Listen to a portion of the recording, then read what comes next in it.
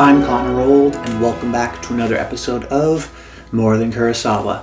And this week we are going to be looking at the film Death by Hanging by director Nagisa Ōshima, one of the most fascinating directors we have covered on this series.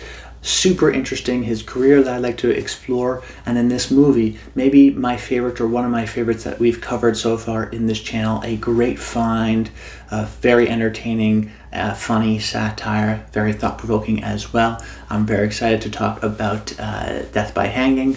But if you're new to the series, what we do every single week is talk about a different Asian movie by a different Asian director to help us color in the wide world of Asian cinema, to showcase that there is more than Akira Kurosawa movies, or more than Bong Joon-ho movies, or other kind of popular Asian directors that we've covered in the past that maybe you've seen them and seen their movies. But guess what? Every single week we're going to be talking about a new great director, just as good sometimes as directors like Akira Kurosawa that make interesting movies and different kinds of movies. We've covered movies now in the 60s, 70s, 80s, 90s, all these kinds of different decades, even more modern filmmakers. Like just last week we're covering someone like Makoto Shinkai, who is a really popular director right now.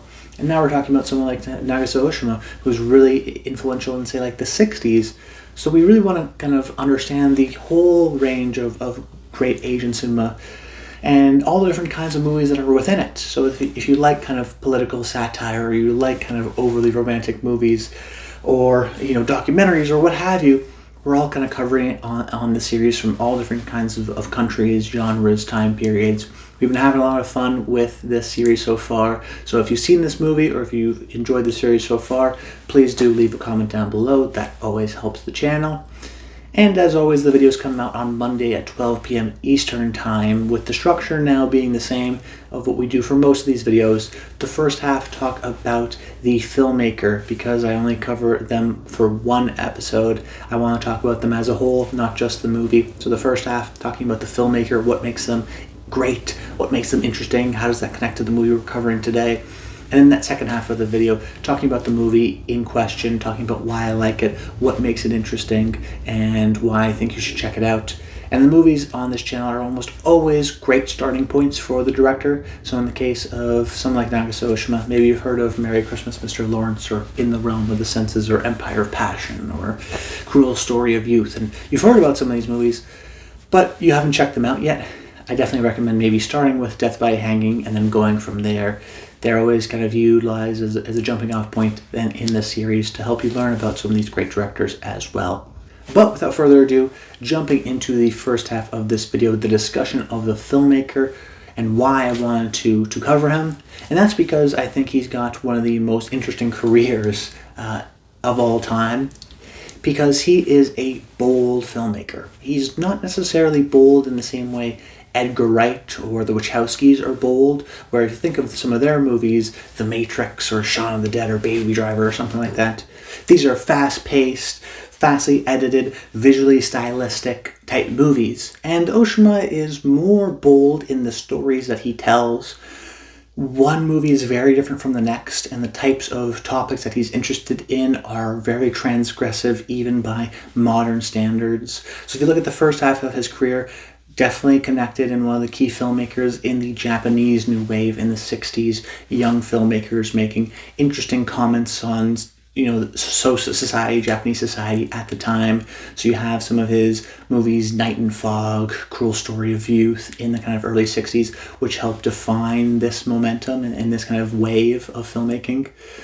But unlike some of the other filmmakers that we've covered connected to the Japanese New Wave, like Koreyoshi Kurihara, I think Ōshima still had the kind of values of the New Wave. They still resonate throughout the rest of his films. Whereas a filmmaker like Kurihara, makes an interesting, cynical, bold movie like The Warped Ones, which we covered on this channel, but then will go on and make a sentimental environmental movie in the 80s by Antarctica. Ōshima didn't really do that. So he was making kind of interesting political type movies about youth crime or capital punishment in the 60s. And then in the 70s, he matures a little bit, starts shooting his movies in color from that point on. The camera's a little bit more still, but the topics that he's interested are still kind of messed up, or at least he has kind of fun with them. In the case of The Ceremony, he is once again commenting on Japanese society, but plays around in this case with kind of the going back and forth between present and past. And then, he does a movie like 1976 in The Realm of the Senses, which is basically a pornographic film in just how explicitly graphic it is, even by today's standards. It is very explicit.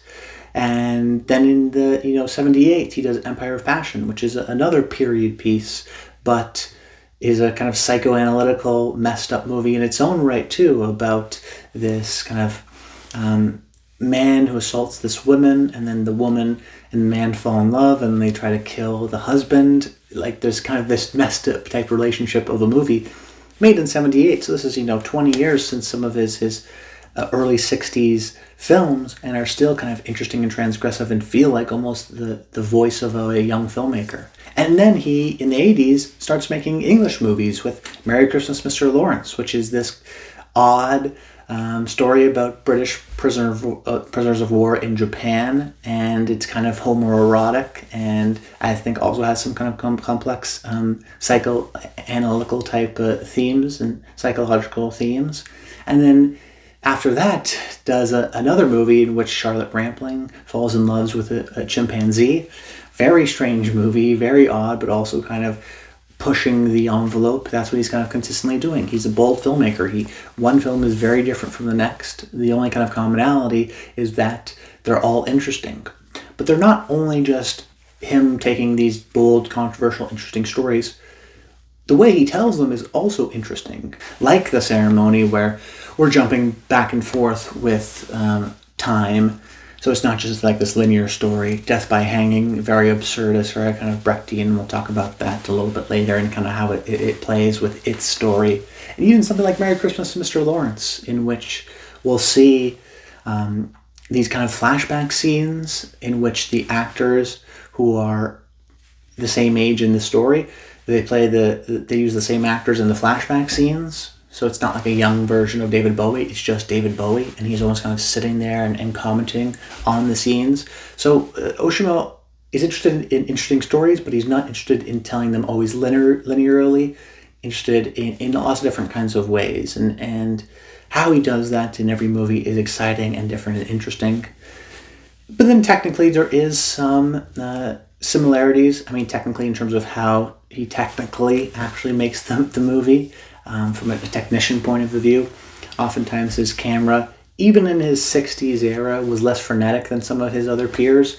I would call him an almost play-like filmmaker in just how staged his movies feel, both in the acting, but also in the way he moves his camera. He either doesn't move it, or if he does, it has this very slow, deliberate, heavy, kind of gliding feeling to it, where he's almost always in a wide shot.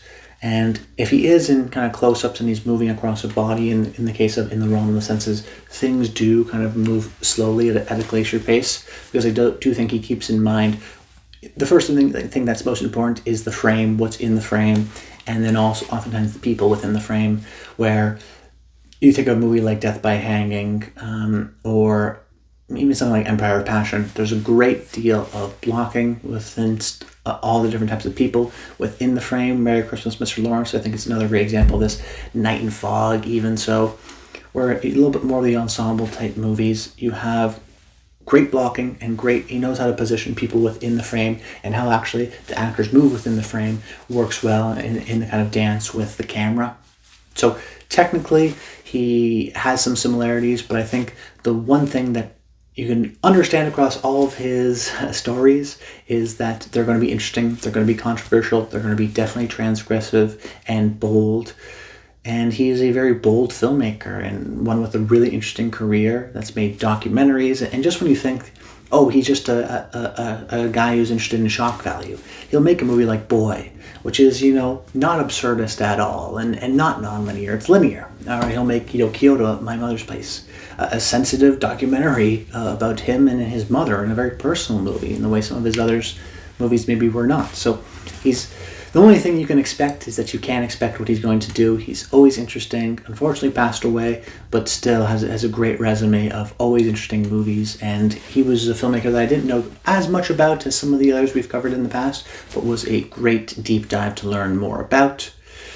Now, speaking about the film that we're going to be covering today, this, if you don't know, is Death by Hanging, which is about a man who is on death row, who the government tries to kill, fails to kill him, and instead gives him amnesia, and the rest of the movie is trying to figure out, can they re-kill him if he doesn't know what he did? And it starts off essentially as this kind of workplace video where we see this is how, the death penalty, capital punishment works in Japan. They go to this room, then they go to this room, and then we see it go through, and then they drop the lever and they hang the man, and then he doesn't die, and then they take him out, and he wakes up. Actually, he just has amnesia. So then the second part of the movie becomes much more almost fantastical or absurdist in its approach of trying to thematically understand and philosophically understand these ideas of capital punishment, some of the absurdity with it, the fact that you have this very kind of morally indecent act of murder and you're trying to do it in a very professional way.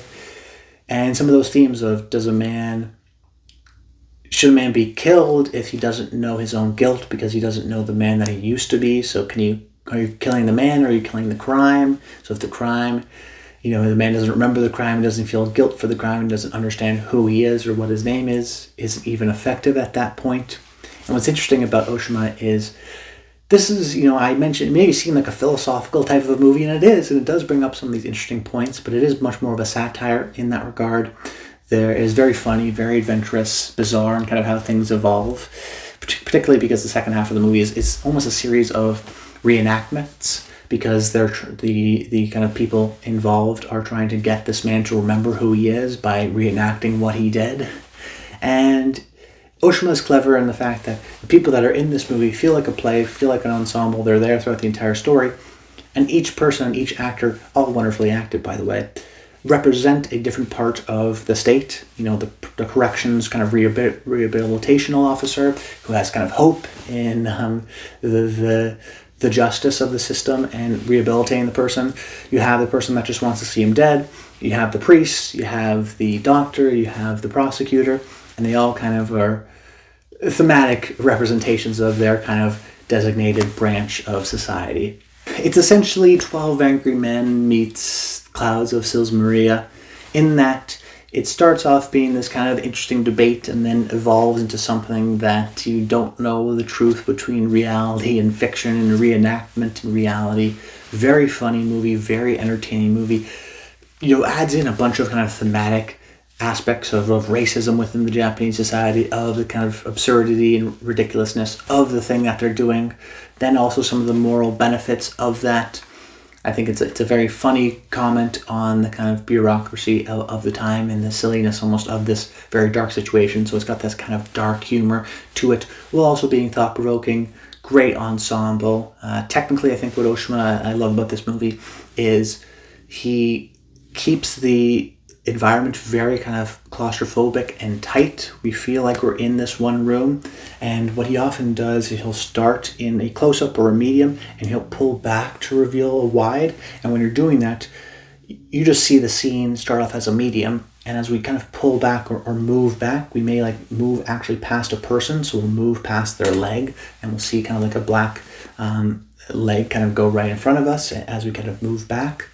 And by doing this, it almost feels like sometimes we're stepping back, like we're a person in the room and we're stepping back and seeing a better idea. It feels like because when we move the camera, we're either like brushing past someone's shoulder or moving past back their leg. We feel like we're a person in the room. It feels claustrophobic. It feels like all these people are trying to figure out what's going to happen. And then the second half, how that kind of, without spoiling anything, is able to free up the movie. I think he's also interested in moving and changing his camera to do less of that, to make it feel a little bit more open and less claustrophobic, which is why I mentioned something like 12 Angry Men, which does a similar kind of a technical aspect. I think sometimes when you look at these great, super well-written movies, we forget about the technical and directing craft that's going on here. But Ōshima, really in that kind of first half, makes us feel like we're in the room with them, with the kind of dollying, moving camera, always trying to make things interesting, always trying to make the frame interesting, despite having a limited location. So this was one of the most fascinating movies we've covered, I think, on this series. I don't want to go into too much depth, but because I don't want to spoil things, but I think this is a Dr. Strangelove-esque level of comedic satire, also being thought-provoking and interesting, a comment on Japanese society, themes of racism, themes of capital punishment, themes on kind of the absurdity of life, and the humor that can be found within that, in the kind of the darkness of the ridiculousness of the situation, I guess you would say. So for a Dr. Strangelove-esque satire on Japanese 60s society that tackles some of life's absurdist but also depressing themes, I think Death by Hanging comes strongly recommended by me, and another prime example that when it comes to Asian cinema, there is more than Kurosawa. But that's about it, guys. I hope you enjoyed the video. Make sure you comment below. Let me know if you've seen this film or if you've seen some of Nagisa Ōshima's films. Probably most well known, I guess, for doing something like Merry Christmas, Mr. Lawrence, or maybe you seen some of his earlier films like A Night in Fog. But that's about it. I hope you guys enjoyed the video, and until next time, stay tuned.